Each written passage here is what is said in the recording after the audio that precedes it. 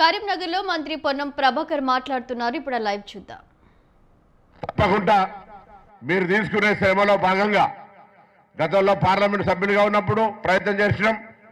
సరే మధ్యలో 10 సంవత్సరాలు ఏమైంది అనేది పక్కన పెడితే ఇప్పుడు తప్పకుండా జిల్లా హైదరాబాద్లో ఉప్పల్లో కానీ ఇతరత్ర ఇట్లా స్టేడియాలు కరీంనగర్లో కూడా అటువంటి సంబంధించి మానకొండూరు శాసనసభ్యుడి సహకారం, వేములవాడ ఆది శ్రీనివాస్ గారి సహకారం తీసుకొని కరీంనగర్ ఇక్కడ స్టేడియంకు స్థల కేటాయిస్తూ పాటుగా మంచి నిర్మాణానికి సహకరిస్తామనే మాట మనం చేస్తాను. నాకు కూడా కొద్ది ఆశ ఉంది. నేను 10 ఎకరాలు జాగిస్తా హుస్నాబాద్కు. 20 ఎకరాలు జాగిస్తే మీ అందరం కూడా సాక్ష్యం. హుస్నాబాద్ 20 ఎకరాలు జాగా ఇచ్చేది నాదు. నేను ₹1 ఇయ్య వల్ల మొత్తం అద్భుతమైన స్టేడియం కట్టే బాధ్యత మీది సాబ్. వాదా ఆప్కా भी ఆన్ రికార్డు. జగ ఇచ్చేది నాది. జగ ఇవ్వండి. హైదరాబాద్ క్రికెట్ అసోసియేషన్ తరఫు నుంచి, కరీంనగర్ క్రికెట్ అసోసియేషన్ తరఫు నుంచి డెఫినెట్లీ మీకు మంచి స్టేడియం కట్టిస్తాం. Right, thank you. తప్పకుండా నేను అనే శాతవారం ఇంజనీరింగ్ కాలేజ్ పక్కనే 20 ఎకరాలు ఇచ్చేస్తాను. అదేవిధంగా మేము విద్యార్థి దశ నుంచి ఒకవైపు విద్యార్థి సమస్యలతో పాటుగా క్రీడల ప్రోత్సాహానికి సంబంధించి అనేక సందర్భాల్లో పాల్గొన్నాం. జిల్లా బిడ్డగా మనం అందరం కూడా ఇలా మేమున్న వేదిక మీద ఉన్న పెద్దలందరూ ఆలోచన ఏంటంటే ఏ రంగంలో ఎవరుంటే ఆ రంగంలో వాళ్ళు అత్యున్నత స్థానానికి వెళ్ళాలి. కరీంనగర్లో కూడా క్రీడాకారులు, అది క్రికెట్ కావచ్చు, కబడ్డీ కావచ్చు, వాలీబాల్ కావచ్చు, ఫుట్బాల్ కావచ్చు, హాకీ కావచ్చు, ఇంకేదైనా గేమ్ కావచ్చు, దయచేసి వాళ్ళందరికీ విజ్ఞప్తి చేస్తా ఉన్నాం. మంచి స్టేడియం ఉంది, అంబేద్కర్ స్టేడియం, స్పోర్ట్స్ స్కూల్ ఉంది. అందరూ కొంత ప్రభుత్వం కూడా స్కిల్ డెవలప్మెంట్కి సంబంధించి, స్పోర్ట్స్ యూనివర్సిటీకి సంబంధించి కొంత చొరవ తీసుకొని ప్రోత్సహించే విధంగా ప్రయత్నం చేస్తూ ఉంది. ప్రభుత్వాలు ఎన్ని చేసినా, ప్రభుత్వం ఎంత ఇన్ఫ్రాస్ట్రక్చర్ క్రియేట్ చేసినా ఆడేవాని మనసులో శ్రద్ధ ఉండి పూర్తిగా ఏకాగ్రత లేకపోతే అవన్నీ ఈ యొక్క ఎత్తును అధిగమించడం అసాధ్యం. కాబట్టి వాళ్ళందరికీ ప్రభుత్వం తరఫున ప్రోత్సాహం ఉంటుంది. వివేక్ గారు స్వయంగా క్రీడా ప్రేమికుడు.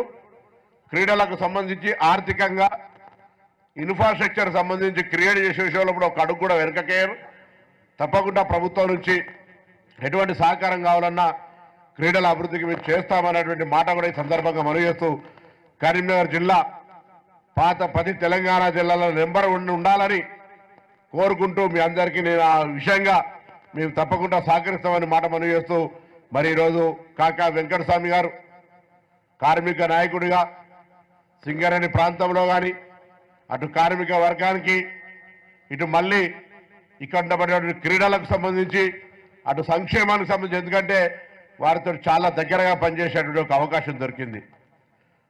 సంవత్సరాల తరబడి అటు వారితో, ఇటు చొక్కారావు గారితో, సత్యనారాయణరావు గారితో దగ్గరగా పనిచేసే ముగ్గురు భీష్మ పితామహులు లాంటి నాయకుల దగ్గరగా ఉండేటువంటి అవకాశం వచ్చింది. వారు ఏ విధంగా గ్రౌండ్ రియాలిటీగా పనిచేస్తారో మీరంతా చూసినారు, చరిత్రలో తెలుసు మీకు. అటువంటి వెంకటస్వామి గారి స్మారకంగా వారి కీర్తిని, వారి లెగసీని ముందుకు తీసుకుపోతున్నటువంటి వెంకటస్వామి వివేక్ గారికి మరొకసారి హృదయపూర్వకంగా అభినందనలు తెలియజేస్తూ, తప్పకుండా వారి పేరు మీద జరిగే ఈ మ్యాచ్ల్లో మంచి వెంకటస్వామి గారికి ఎంత పేరుందో అంత పేరు సంపాదించుకునే క్రీడాకారుల ప్రతిభ వెలికి రావాలని కోరుకుంటూ నమస్కారం చెప్తూ సెలవు తీసుకుంటాను.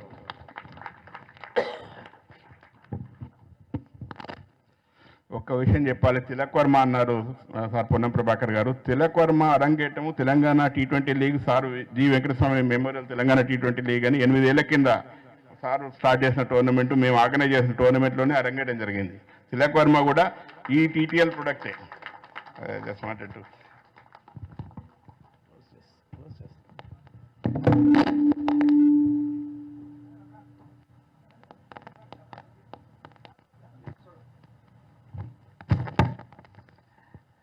నేటి సమావేశాన్ని ఉద్దేశించి మాకు విచ్చేసి మాకు ప్రోత్సాహాన్ని అందించినటువంటి మంత్రివర్యులకు, గవర్నమెంట్ విప్కి,